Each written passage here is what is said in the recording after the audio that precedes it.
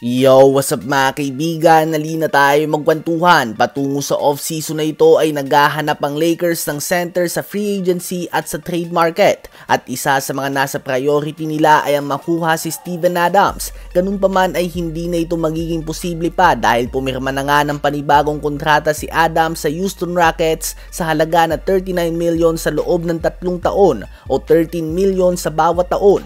Ang Lakers ay may kakayahan sana na bigyan pa ng mas malaking kontrata ang center mula sa New Zealand.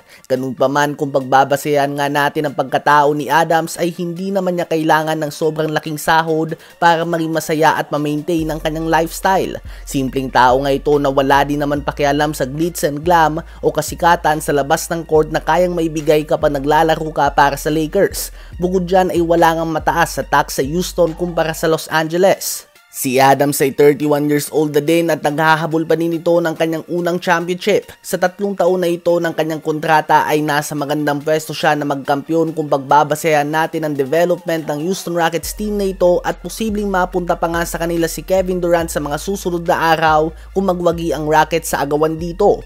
Si Adams ay isa kung hindi man siya ang pinakamagaling na offensive rebounder sa buong NBA ngayon at mapapatunayan nga ang kanyang mga stats. Ang kanyang screen ay napakatigas din at malaki ang ambag niya sa team lalo na tuwing playoffs at patunay na lamang dyan ang kanyang plus-minus. Ano ba masasabi nyo tungkol dito?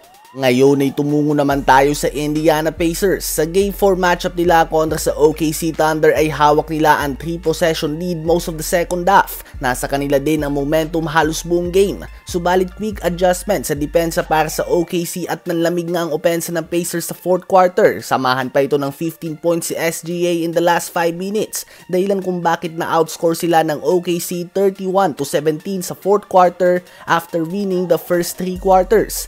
Ngayon ang series na ito ay tabla na at 2 apiece at ngayon ay nasa driver seat na ulit ang OKC Thunder. Ibig sabihin ay nasa kanila ang advantage dahil bukod nga sa hawak nila ang momentum sa series na ito, ngayon nga ay may 3 game na lamang na natitira sa finals at unang makadalawang panalo ay ang magkakampyon. At sa 3 games na ito ay may 2 game na gaganapin sa home court ng OKC Thunder na talaga namang napakatindi ng crowd. Yan nga ay kung aabot sa Game 7 ng series. So kung nais nga ng Pacers na magkampiyon ay kailangan nilang magwagi ng 2 sunod o kaya naman at least 1 beses sa home court ng OKC.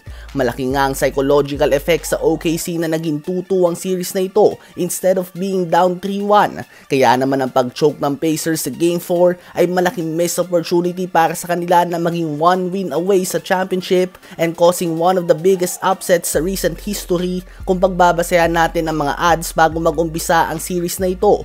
Kayo ba mga kaibigan? Sa palagay nyo ba ay magwawagi pa rin ng Pacers sa series na ito kahit kailangan nila na makaisa pa sa home court ng OKC Thunder?